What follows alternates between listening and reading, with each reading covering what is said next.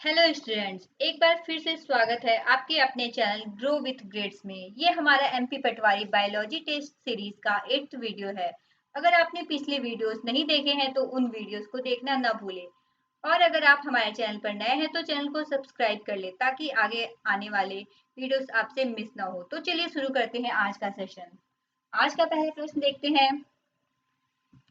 निम्नलिखित में से कौन सा पादप क्लोरोप्लास्ट डाइमॉर्फिज्म प्रदर्शित करता है? प्रश्न है निम्नलिखित में से कौन सा पादप क्लोरोप्लास्ट डाइमॉर्फिज्म प्रदर्शित करता है? तो ऑप्शंस देखते हैं। चुकंदर, गेहूं, धान या गन्ना।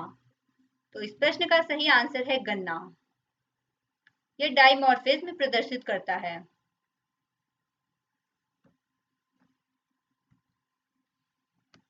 अगला प्रश्न देखते हैं। जल संयंत्र किसमें मौजूद रहते हैं? प्रश्न है जल संयंत्र इनमें से किसमें मौजूद रहते हैं? सिराओं में, पर्ण मार्जिन में, पत्ती के अधर क्षेत्र में या पत्ती के पृष्ठ क्षेत्र में? तो इस प्रश्न का सही आंसर है पत्ती के अधर क्षेत्र में। अगला प्रश्न देखते हैं। दालें पादपों के इस कुल से प्राप्त होती है। प्रश्न पूछा जा रहा है दाल जो है पादपों के किस कुल से प्राप्त किया जाता है? तो ऑप्शन देखते हैं। लिलिएसी, लेग्यूमिनेसी, साइकेडेसी या कवक। तो इसका सही आंसर है लेग्यूमिनेसी।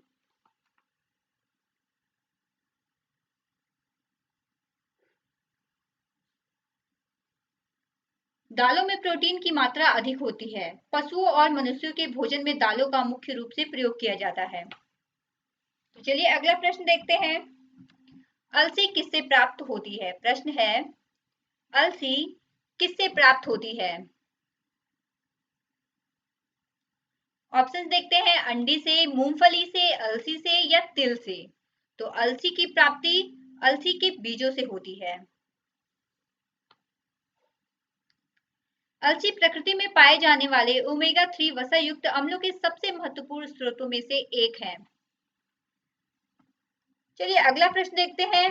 रैपसीड निम्नलिखित में से किससे संबंधित होता है? प्रश्न पूछा जा रहा है रैपसीड निम्नलिखित में से किससे संबंधित होता है?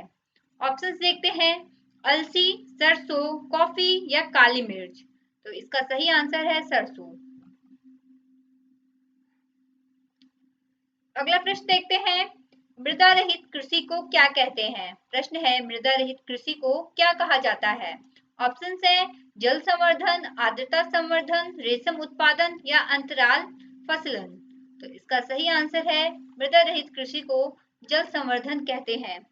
हाइड्रोपोनिक्स जल विज्ञान की एक शाखा है और बिना मृदा के खनिज पोषक तत्व विलयनों के प्रयोग से जल में पौधे उगाने की एक विधि है। तो चलिए अगला प्रश्न देखते हैं। वर्गीकरण का प्राकृतिक सिस्टम किस वनस्पति विज्ञानी ने प्रस्तुत किया था? प्रश्न है वर्गीकरण का प्राकृतिक सिस्टम किस वनस्पति वैज्ञानिक ने प्रस्तुत किया था?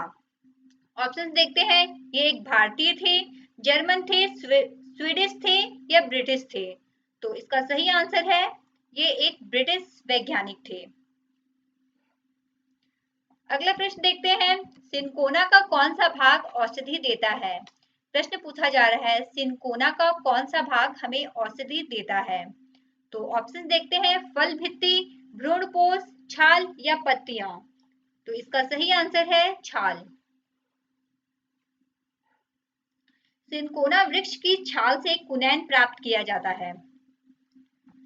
अगला प्रश्न देखते हैं। सिम्बायोटिक कीटाणु जो कि वातावरणीय नाइट्रोजन के स्थिरीकरण के लिए उत्तरदायी है किसमें पाया जाता है? प्रश्न पूछा जा रहा है सिम्बायोटिक जीव जो कीटाणु होते हैं ये वातावरणीय नाइट्रोजन के स्थिरीकरण के लिए उत्तरदायी है। तो ये किन में पाए जाते हैं पूछा जा रहा है। ऑप्शन देखते हैं। मटर में, मक्का में, गेहूं में या जई में। तो इसका सही आंसर है ये मटर में पाए जाते हैं।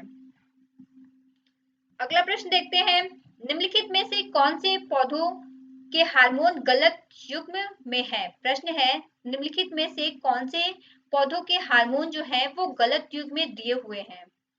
तो ऑप्शन देखते हैं।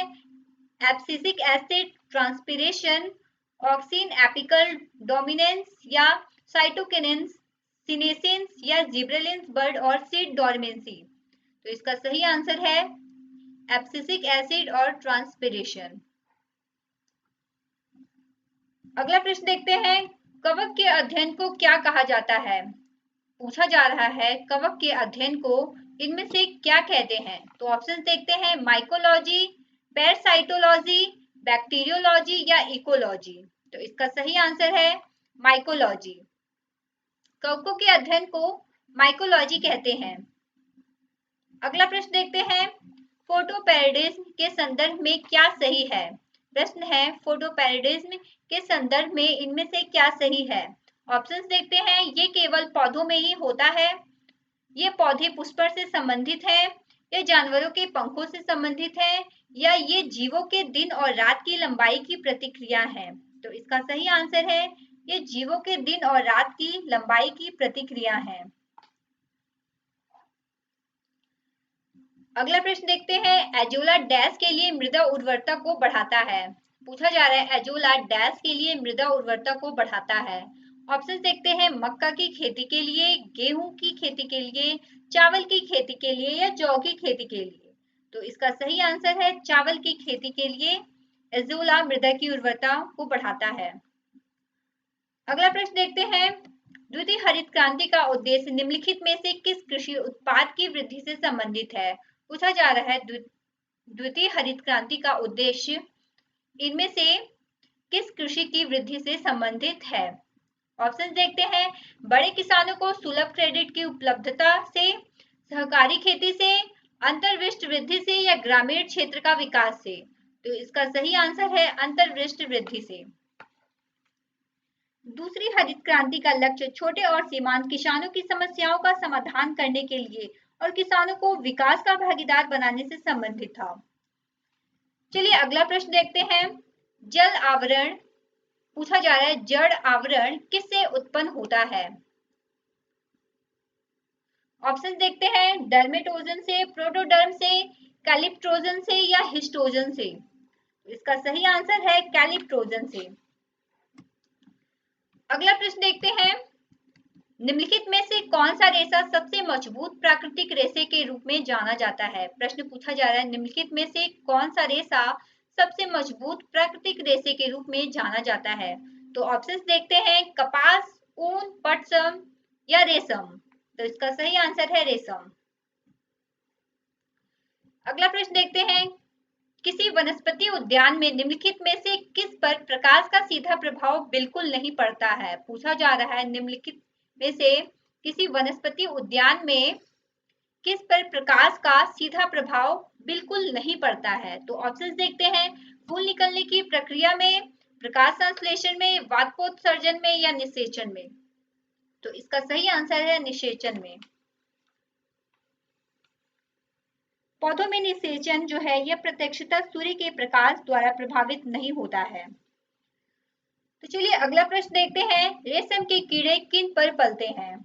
पूछा जा रहा है, रेशम के कीड़े किन पर पलते हैं? ऑप्शंस देखते हैं, तुलसी के पत्ते पर, करी के पत्ते पर, गुलाब के पत्ते पर, मलबरी या सहतूत के पत्ते पर।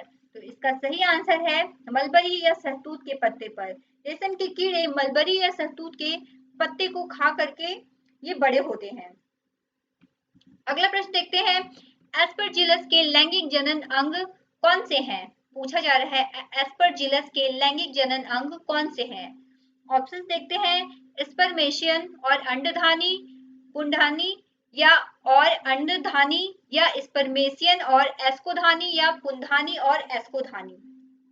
तो इसका सही आंसर है पुंधानी और एस्कोधानी। एस्परजिलस में लैंगिक जो प्रजनन है ये दुर्लभ होता है और ऐसा अनुकूल परिस्थितियों में ही होता है। अगला प्रश्न देखते हैं, लौंग जो है वह किससे प्राप्त होता है? प्रश्न है, लौंग किससे प्राप्त होता है? ऑप्शन देखते हैं, तना से, फूल की कली से, जड़ से या पत्तियों से। तो इसका सही आंसर है फूल की कली से। लौंग को तब एकत्र किया जाता है जब फूल की कली नहीं खिली होती है। लौंग का प्रयोग मसाले के रूप में आमतौर पर किया जाता है। अगला प्रश्न देखते हैं, लाइकेन किन दो के बीच का संबंध है? पूछा जा रहा है, लाइकेन किन दो के बीच का संबंध होता है? तो ऑप्शन देखते हैं, शैवाल और कवक के बीच, शैवाल और वृक्ष के बीच, या कवक और वृक्ष के बीच, या जीवाणु और शिंप पौधे के बीच? तो इसका सही आंसर है लाइकेन, शैवाल और कवक के बीच संबंध होता है। अगला प्रश्न देखते हैं, काली मिर्च का पौधा क्या है? पूछा जा रहा है काली मिर्च का पौधा इनमें से क्या है? एक झाड़ा है, बेल है, छोटा वृक्ष है, या पेड़ है? तो इसका सही आंसर है बेल। अगला प्रश्न देखते हैं, कौन से पादप के लेटेक्स का वाणिज्यिक रूप से प्रयोग होता है? प्रश्न है, कौन से पादप के लेटेक्स का वाणिज्यिक रूप से प्रयोग किया जाता है? तो ऑप्शन देखते हैं, पपीता पादप का, रबड़ पादप का, सियाल कांता पादप का, या बरगद के पेड़ का? तो इसका सही आंसर है रबड़ पादप का प्रयोग जो है लेटेक्स के वाणिज्यिक रूप में होता है।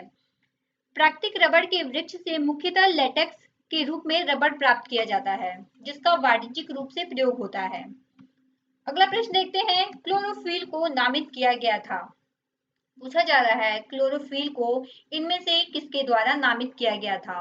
ऑप्शन देखते हैं, पैलेटियर के द्वारा, केवेंतु और पैलेटियर के द्वारा, या केवेंतु के द्वारा, या क्लोरोफिल के द्वारा? तो इसका सही आंसर है केवेंतु और पैलेटियर के द्वारा। अगला प्रश्न देखते हैं, पौधे प्रोटीन संश्लेषण कहाँ से करते हैं? पूछा जा रहा है पौधे प्रोटीन संश्लेषण कहाँ से करते हैं? ऑप्शन है, वसा एसिड से, शक्कर से, एमिनो एसिड से, या स्टार्च से? तो इसका सही आंसर है एमिनो एसिड। अगला प्रश्न देखते हैं, निम्नलिखित में से कौन सी बात अनावृत बीजी के बारे में सच नहीं है?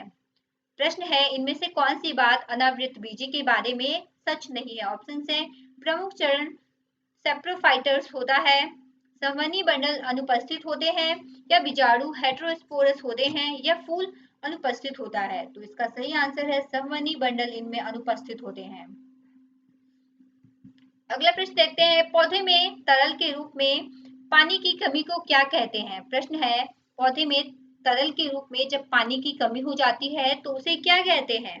ऑप्शन देखते हैं, परासरण, निपान, वाष्पोत्सर्जन, या चित्ती पड़ना? तो इसका सही आंसर है चित्ती पड़ना। अगला प्रश्न देखते हैं, निम्नलिखित में से किसके लिए एक बीटी बीज भी विकसित किया गया है? पूछा जा रहा है इनमें से किसके लिए एक बीटी बीज विकसित किया गया है? ऑप्शन है, गेहूं के लिए, मक्का के लिए, कपास के लिए, या दाल के लिए? तो इसका सही आंसर है कपास के लिए बीटी बीज विकसित किया गया। बीटी कॉटन आनुवांशिक रूप से कपास की एक किस्म होती है। अगला प्रश्न देखते हैं, निम्नलिखित में से कौन पौधे की जड़ों से उसकी पत्तियों तक जल पहुंचाता है? प्रश्न पूछा जा रहा है, निम्नलिखित में से कौन है जो पौधे की जड़ों से उसकी पत्तियों तक जल को पहुंचाता है? ऑप्शन देखते हैं, जाइलम, फ्लोएम, जाइलम तथा फ्लोएम दोनों, या तने अथवा जड़ों का आवरण? तो इसका सही आंसर है जाइलम और फ्लोएम। जाइलम जो है यह जल और विलयों को जड़ से पत्तियों तक वहन करता है, जबकि फ्लोएम भोजन को पत्तियों से पौधे के शेष भागों तक वहन करता है। अगला प्रश्न देखते हैं, पौधे के किस भाग से दालचीनी प्राप्त होता है? पौधे के किस भाग से दालचीनी प्राप्त किया जाता है? ऑप्शन है, तना से, जड़ से, छाल से, या फल से? तो इसका सही आंसर है छाल। छाल से दालचीनी की प्राप्ति होती है। अगला प्रश्न देखते हैं, न्यूमेटोफोरस का क्या कार्य होता है? पूछा जा रहा है न्यूमेटोफोरस का इनमें से क्या कार्य होता है? ऑप्शन देखते हैं, पौधे को जानवरों से बचाता है, श्वसन के लिए ऑक्सीजन प्रदान करता है, पौधे को सीधा खड़ा रखने में सहायता करता है, या पौधे की परागण में सहायता करता है? तो इसका सही आंसर है श्वसन के लिए ऑक्सीजन प्रदान करता है न्यूमेटोफोरस। ये विशिष्ट संरचनात्मक जड़ें हैं जो दलदली क्षेत्रों में पाए जाने वाले पौधों में श्वसन प्रक्रिया में सहायता पहुंचाती है। अगला प्रश्न देखते हैं, दो विभिन्न माप वाले युग्मकों के संगलन से शैवाल में होने वाले लैंगिक जनन को क्या कहते हैं? ऑप्शन देखते हैं, जूस्पोर, समयुग्मकी, असमयुग्मकी, या नर युग्मकी? तो इसका सही आंसर है समयुग्मकी। अगला प्रश्न देखते हैं, रबी फसलें जो है वो किस मौसम में उगाई जाती हैं? गर्मी के मौसम में, बसंत के मौसम में, शीत या वर्षा के मौसम में? तो इसका सही आंसर है शीत। रबी फसलों को दक्षिण एशिया में शीत ऋतु में बोया जाता है और बसंत ऋतु में इन्हें काट लिया जाता है। अगला प्रश्न देखते हैं, स्थलीय वातावरण में सबसे प्रचुर मात्रा में कार्बनिक यौगिक कौन सा है?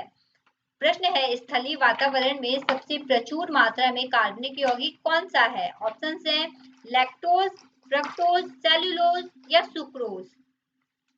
तो इसका सही आंसर है सेल्यूलोज। सेल्यूलोज लकड़ी का प्राथमिक संघटक है जो इसे पृथ्वी की सतह पर सर्वाधिक मात्रा में पाए जाने वाला एक कार्बनिक यौगिक बनाता है। अगला प्रश्न देखते हैं, पौधों में द्वितीयक वृद्धि के लिए निम्नलिखित में से कौन से ऊतक उत्तरदायी होते हैं? प्रश्न है, पौधों में द्वितीयक वृद्धि के लिए निम्नलिखित में से कौन से ऊतक उत्तरदायी होते हैं? ऑप्शन देखते हैं, कैम्बियम, जाइलम, कॉर्टेक्स या फ्लोएम। तो इसका सही आंसर है कैम्बियम।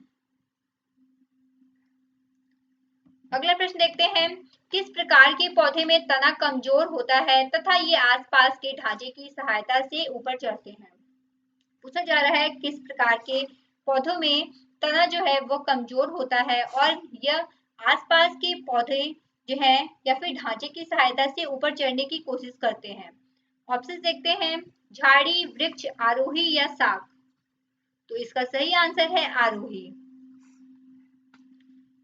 अगला प्रश्न देखते हैं, किस प्रकार के पौधे बहुत ऊंचे होते हैं तथा इनके तने सुदृढ़ एवं गहरे भूरे होते हैं? ऑप्शन देखते हैं, शाख, वृक्ष, झाड़ी या इनमें से कोई नहीं। तो इसका सही आंसर है वृक्ष। अगला प्रश्न देखते हैं, पत्ती के मध्य में मोटी सिरा को क्या कहते हैं? पूछा जा रहा है पत्ती के मध्य में जो मोटी सिराएं होती हैं उनको क्या कहते हैं?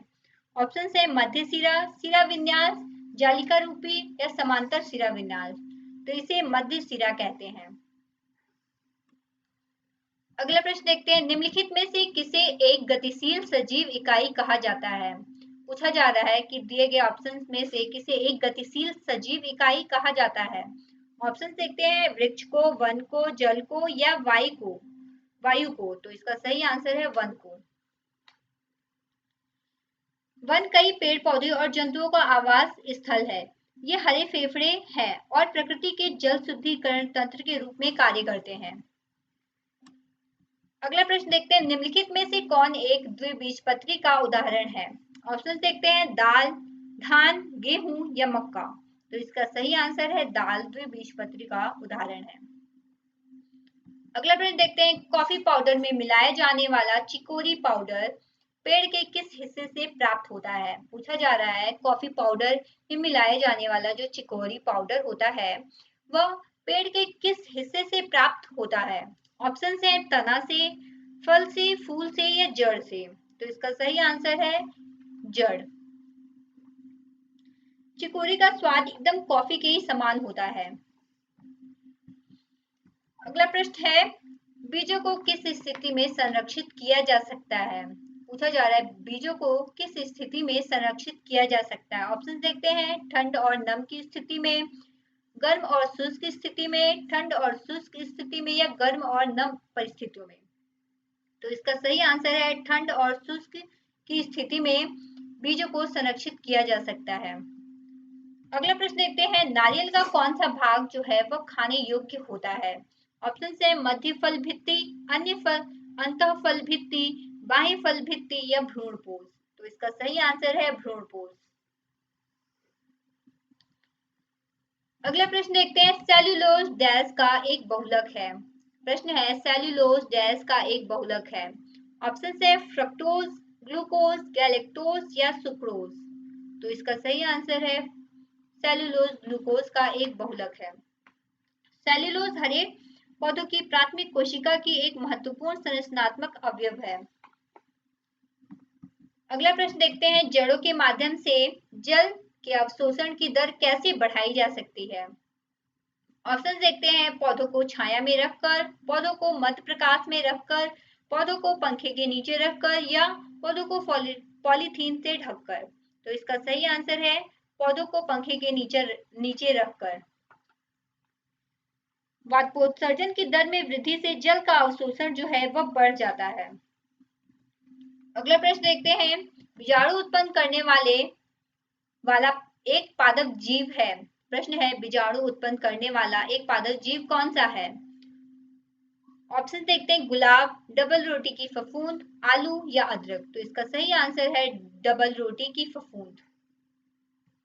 अगला प्रश्न देखते हैं, ब्रायोफाइलम अपने किस भाग द्वारा जनन कर सकता है? पूछा जा रहा है ब्रायोफाइलम अपने किस भाग द्वारा जनन कर सकता है? तो ऑप्शन है पुष्प, पत्ती, जड़ या तना। तो इसका सही आंसर है पत्ती।